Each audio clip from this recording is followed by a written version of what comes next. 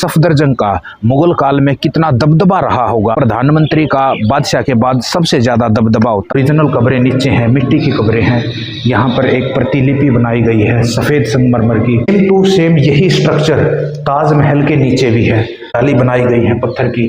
उस समय की वास्तुकला कितनी अपने चरम पर होगी। यहाँ की वास्तुकला आप देखिए, मुगल काल का जो सफदरजंग कितना शक्तिशाली प्रधानमंत्री था, वजीर था।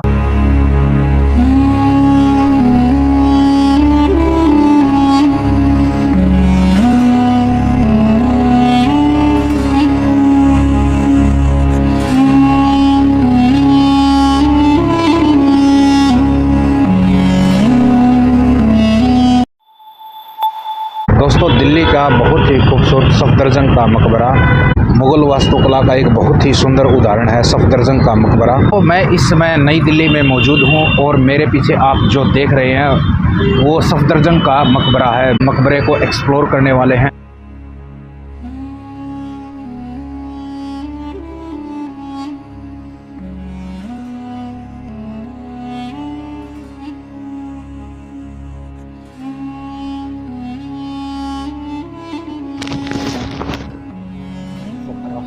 के आसपास 1754 में इसका निर्माण किया गया और आप देख सकते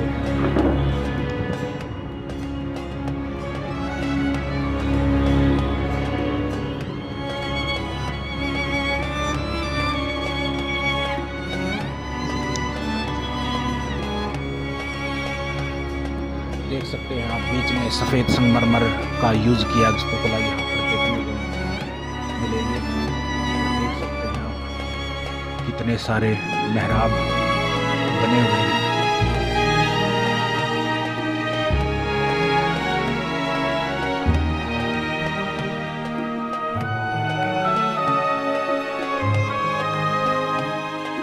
और सामने आप देख सकते हैं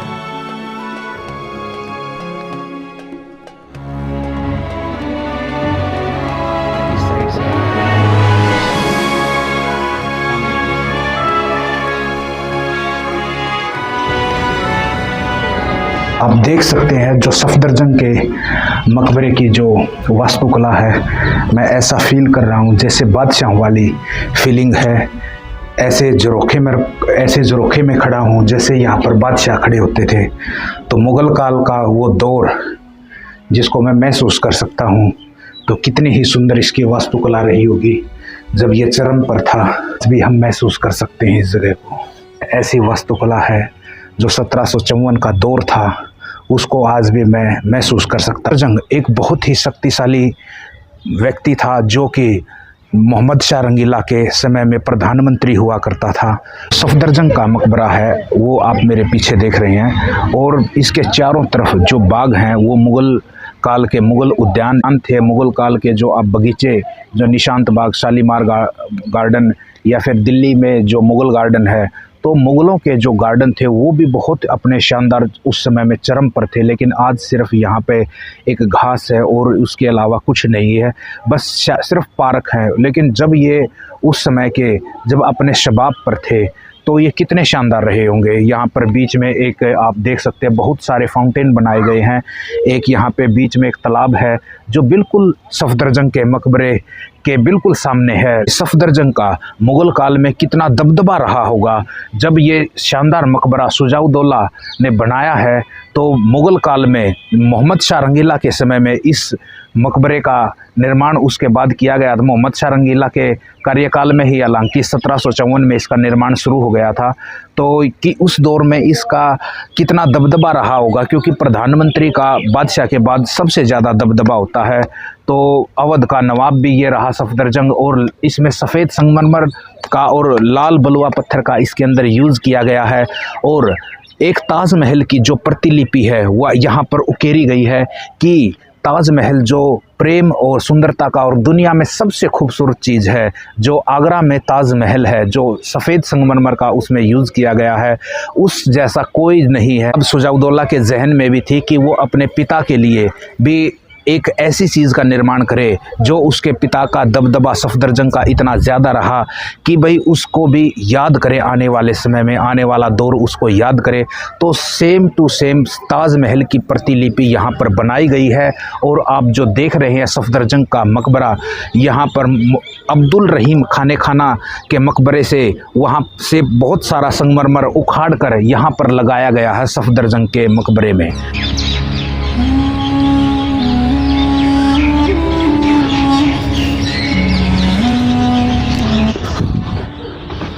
अभी सफदरजंग के मकबरे के ऊपर जा रहे हैं जहाँ पर मुख्य मकबरा है। अरे वाह, बहुत अच्छी फीलिंग आ रही है भाई।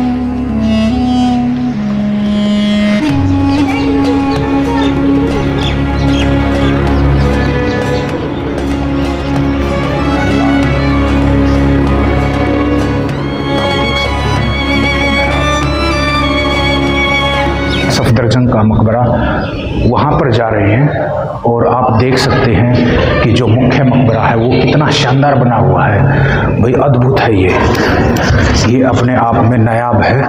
और जैसे हम देख सकते हैं कि यहाँ पर एक मुख्य कब्र है, लेकिन हालांकि इसकी जो असली जो कब्र है वो नीचे है एक तहखाने में। वहाँ पर 2 कब्रें हैं, लेकिन इसकी ओरिजिनल कब्रें नीचे हैं, मिट्टी की कब्रें हैं।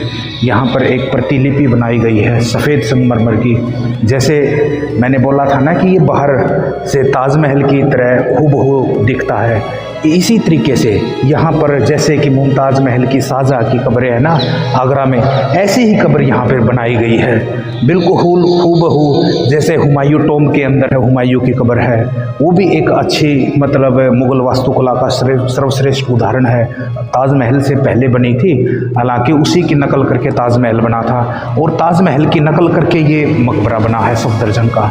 तो एक दूसरे की वास्तुकला मैच बहुत करती है, अपने आप में अटैच बहुत है वास्तुकला।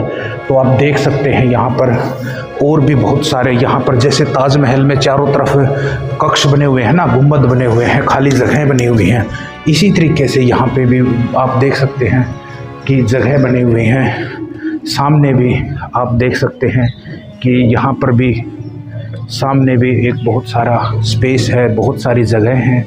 आप इधर भी देख सकते हैं कि कक्ष हैं ऊपर जाने के, यहाँ पर भी आप देख सकते हैं। ये देखिए इधर भी काफ़ी जगह है। ऐसे ही भूल भुलैया कक्ष हैं चारों तरफ, और सेम टू सेम यही स्ट्रक्चर ताजमहल के नीचे भी है। और बहुत आप देख सकते हैं, इधर आइए एक बार, इधर दिखाना, ये देखिए नीचे जो स्ट्रक्चर बना हुआ है ना, ऐसा का ऐसा स्ट्रक्चर यहाँ पर भी है। तो आप देख सकते हैं कि मुग़ल दौर का जो यहाँ पर जो जाली बनाई गई है पत्थर की, उस समय की वास्तुकला इतनी अपने चरम पर होगी। ये स्ट्रक्चर आज भी ज्यों का तो त्यों खड़ा है। बहुत सारे लोग बोलते हैं कि भी ताजमहल के अंदर जो कमरे हैं, कक्ष हैं, उसके ऊपर एक मूवी भी बनी है। तो मैं आज आपको एक बात बताता हूँ दोस्तों, लगातार हर हफ्ते उन कमरों को खोला जाता है और उनकी सफाई की जाती है। तो ऐसा कुछ नहीं है उन कमरों में कि भाई वो बंद कमरों का राज क्यों नहीं खोला जाता। सेम टू सेम यहाँ पर भी नीचे भी कक्ष हैं, क्योंकि मेन गुंबद जो होता है उसका स्ट्रक्चर बहुत बड़ा होता है और उसी के ऊपर सेम टू सेम उस डिज़ाइन को खड़ा किया जाता है।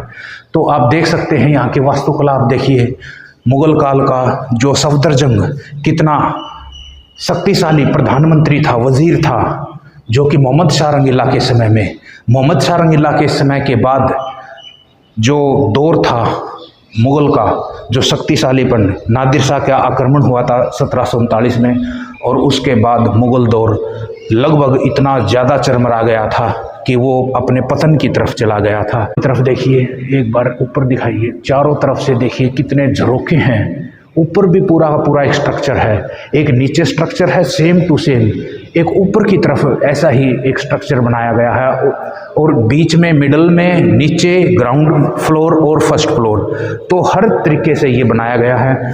मैं मुग़ल काल के जो उस समय की आप देख सकते हैं, यहाँ पर एक फूल पत्तियाँ जो बनाई गई हैं, ये पत्थर पर उकेरी गई हैं। कुछ स्टोन वगैरह तो यहाँ पर निकाल लिए गए हैं उस समय के जो स्टोन वगैरह हैं। तो हमारा जो ऐतिहासिक चीज़ें हैं इनको आप कृपया करके ख़राब ना करें। ऐसी चीज़ें दोस्तों बार बार नहीं बनती। ऐसा दौर वह बार बार नहीं आएगा। जो मुग़ल का काल का जो दौर था, वास्तुकला थी, आप चाहे हम कितने ही एडवांस हो जाएं, हम कंप्यूटर युग, AI का युग, कोई सा युग आ जाए, लेकिन जो ये दौर था ना, ऐसा दौर नहीं आ सकता। तो कृपया करके आप, मेरी सभी से रिक्वेस्ट है कि इन चीज़ों को ख़राब ना करें। ऐतिहासिक हमारी धरोहर हैं, इनको संजो कर रखने की ज़रूरत है। ऐसी चीज़ें बार बार नहीं बनती। कितना शानदार यहाँ पर उकेरी गई हैं ये चीज़ें, फूल पत्तियाँ जो बनाई गई हैं, मुग़ल वास्तुकला। यहाँ पर भूरे जो पत्थर का यूज़ किया गया है, लाल पत्थर के साथ भूरे पत्थर का यूज़ है, सफ़ेद संगमरमर का यूज़ है, आप देख सकते हैं सफ़ेद संगमरमर का यूज़ है।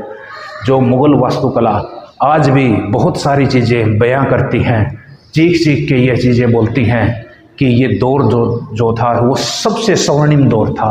ऊपर कुछ कुंडियाँ लगाई गई हैं, आप देख सकते हैं कि यहाँ पर आप देखिए कि कुछ यहाँ पे बड़े बड़े कुछ लैंप वगैरह लगते होंगे, यहाँ पर कुछ झूमर वगैरह कुछ उस समय लगाए जाते होंगे, यहाँ पर कुछ कुंडियाँ लगाई गई हैं, यहाँ पर पर्दे वगैरह लगते होंगे, कुछ ना कुछ यहाँ पर इन चीज़ों का उस समय कैसे यूज़ किया जाता था।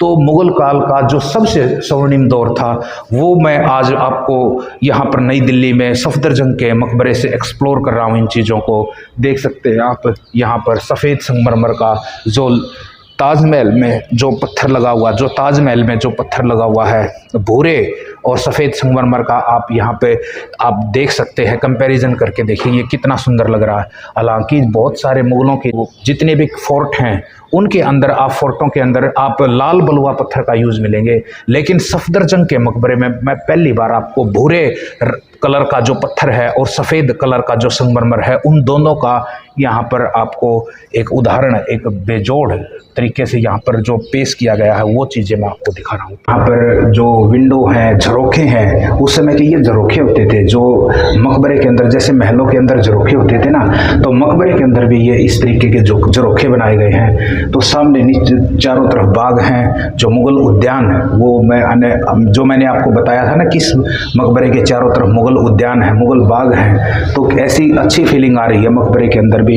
लाल बलुआ पत्थर का यहाँ पे यूज़ किया गया है। इसके मेहराब आप देख सकते हैं, आप देखिए कितने सुंदर यहाँ पे मेहराब है, चारों तरफ के कक्ष ये यहाँ पर मैं आपको दिखा रहा हूँ। तो लाल पत्थर का भी यहाँ पे समावेश है, आप देख सकते हैं। इधर आना भैया एक बार, देखो ये यहाँ पे भूरा रंग का पत्थर है, यहाँ पे लाल रंग का पत्थर है, और जो इसके अंदर कहीं कहीं पे सफ़ेद संगमरमर है और बाहर भी संगमरमर है। तो ये एक मुग़ल वास्तुकला का उस समय का सर्वश्रेष्ठ जो उदाहरण है वो मैं आपको दिखा रहा हूँ। नीचे भी एक पूरा का पूरा स्ट्रक्चर है, यहाँ पे जालियाँ बनाई गई हैं। तो अति उत्तम यहाँ पे सबसे सर्वश्रेष्ठ मुग़ल वास्तुकला का ये आखिरी जो सफदरजंग का मकबरा वो मैंने आज आपको दिखाया है। तरफ आप देख रहे हैं ये मुग़ल काल के बाग थे, मुग़ल उद्यान इनको बोला जाता था, जो कि सफदरजंग के मकबरे को चार चांद लगाते हैं। और इन्हीं की जो खूबसूरती है उसी के कारण इस मकबरे को और भी इस मकबरे की खूबसूरती बढ़ जाती है। मकबरे के मुग़ल उद्यान है, यहाँ की जो वास्तुकला है वो आप देख सकते हैं। तो बहुत ही शानदार 3 तरीके के पत्थरों का यूज़ किया गया है, सफ़ेद, भूरे और लाल पत्थर का यहाँ पर समावेश है, आप यहाँ पे देख सकते हैं। तो उस समय का ये मकबरा आज भी बहुत कुछ बयां कर रहा है। आज भी जो इसकी खूबसूरती है, जो जालियाँ हैं, आज भी ज्यों की त्यों यहाँ पे हैं, और आज भी ये मकबरे को और भी ज़्यादा संरक्षित करने की ज़रूरत है। मुग़ल काल का जो मकबरा है 3 पत्थरों का इसके अंदर समावेश है, सफ़ेद, ये भूरे कलर का और ऊपर लाल कलर का, तीनों कलरों का इसके अंदर समावेश है। और ये जो अपनी उस समय की जो अपनी बेस्ट वास्तुकला का ये सर्वश्रेष्ठ उदाहरण है। तो आज हमने दिल्ली में आके ये आपको सफदरजंग का जो मकबरा है उसको एक्सप्लोर किया है। तो आई होप आपको ये वीडियो पसंद आया होगा। तो आप वीडियो को मैक्सिमम शेयर कीजिए, हमारे चैनल को सब्सक्राइब ज़रूर कीजिएगा दोस्तों, और बेल आइकन प्रेस कर लीजिएगा तो आपको आने वाली वीडियोज़ के नोटिफिकेशन मिलते रहें। थैंक यू, जय हिंद दोस्तों।